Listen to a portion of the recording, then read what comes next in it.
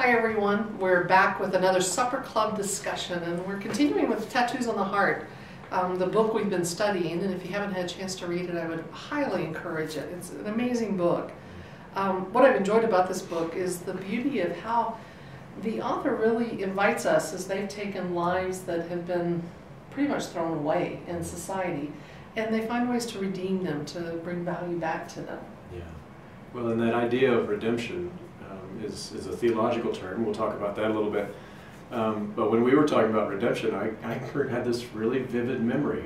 Growing up, I grew up in Kentucky, so I assume this is everywhere, but where I was, glass bottles of pop, Coke, we call it Coke, you could redeem them. It said redeemable, and it had a little price. You know, in certain states you could get 10 cents, in our state I think it was 5 for most of the bottles.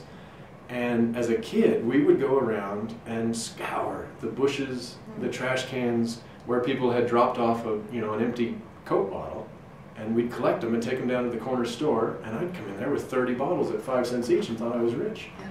And it's the same idea, right? We're scouring the places where people have thrown things away, where they've thrown these bottles away. And theologically, for us, there's a really nice parallel to this, that when we talk about redemption theologically, the word actually means to buy back.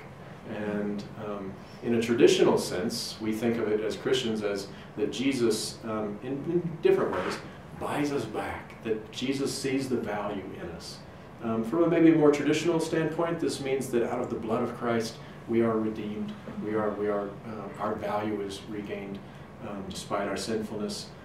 Maybe at a church like Montview, I think what we're talking more about is that no matter what we've done, no matter how ashamed we may feel, that God values us, that there's always value there, even if you feel like you've been thrown away or if society has thrown you away. Yeah. Well, and seeing that part of seeing the part of your life that is, if you've done something, that's a part of your life, but that's not all of who you are. That there's a whole of who you are, that God really sees that. And I think as God sees that in each of us, there's a challenge on how we indeed then in turn are called to be redeeming or seeing that in others.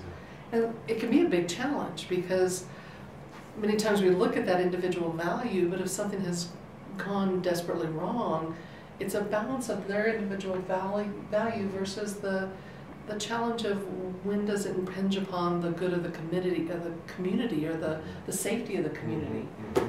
And so balancing out the individual and the common good. Well, we see that even in the book with, he spends a lot of time in prisons, and our prison system is an example of a place where I think we're all, I'll speak for myself, am conflicted about wanting, clearly there needs to be some kind of a prison system where people who have done something wrong, where there's certainly at least a sense of protecting the public from someone who might be dangerous to the public.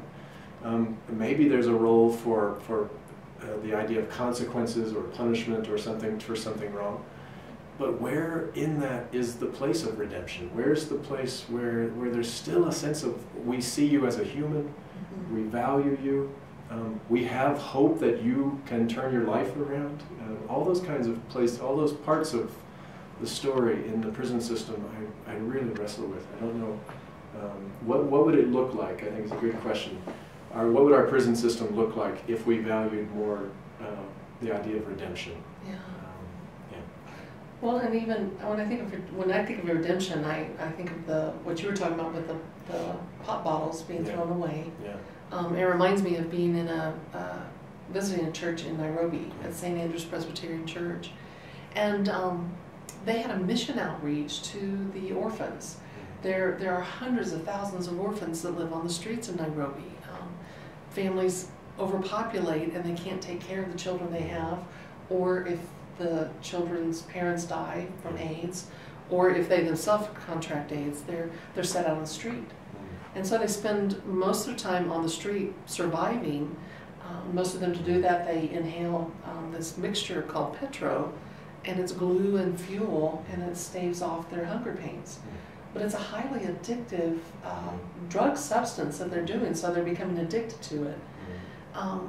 And when our buses would stop, these children would actually jump onto the buses begging for food and things and in need of, and money for more petrol and to help them. St. Andrews, what I appreciated was, some people may say, well, these children didn't do something wrong. They inherited a life that was against them from the beginning. And St. Andrews really saw that there are children that have value, that they still have value, so they watch them and they invite the ones they feel are ready to make a transition, that they're tired of living this way. They take them to an orphanage that's outside the city. They actually pay for their food, their clothing, their education, all the way through college. So in some ways they buy them back. The throwaways of society, they bring them back into and say, you are of value. So much we're investing ourselves and our mission money with that. There's also the piece of currently, more contemporarily, is Ebola. That whole individual versus the community piece and the community welfare. We have the individuals who have gone and given themselves to serve and provide care for others. And here in the States, we're wrestling nationally with, and what about the safety of the welfare of the common good, and where their rights infringed upon, or where we're acting completely out of fear, or sometimes out of fear, and where's that balance of keeping people safe and that value of the individual isn't overlooked too. And then the last one that we thought about was immigration. And again, there's this contrast in this, I think for a lot of us, a wrestling between, on the one hand, I want to say to folks, are we really seeing the real lives of people? These are families down in Guatemala in towns that are overrun by gangs, and there's children trying to cross the border, and really opening our heart to that value, right? That this is not someone we can just ignore. And there are real honest questions about if we just open the borders and just let anyone in and everyone in, will the system be overrun? Will there be, and does then the system break? And then that does no good to any of us. It feels like there's a parallel between that, the prison system question, Ebola. There's a lot of, so that's what we've been wrestling with, is this individual valuing and really seeing and the redemption of an individual. And the reason I think sometimes we get a little afraid of that is because we see the potential other side of, if we value everyone's individual pieces, what does it do to the whole, the society?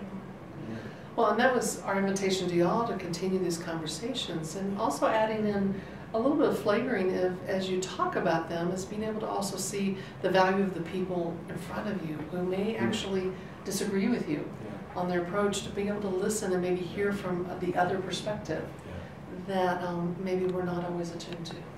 And then we hadn't talked about it, but maybe bringing in that theologically, where are you theologically with the idea of redemption? And if as people of faith, how does that inform decisions about Ebola or immigration or the prison system? How do you wrestle with some of these things? Tough questions. Yeah. Some great ones for y'all to discuss amongst yourselves. Yeah. All right. Okay? Yeah. Have a great night.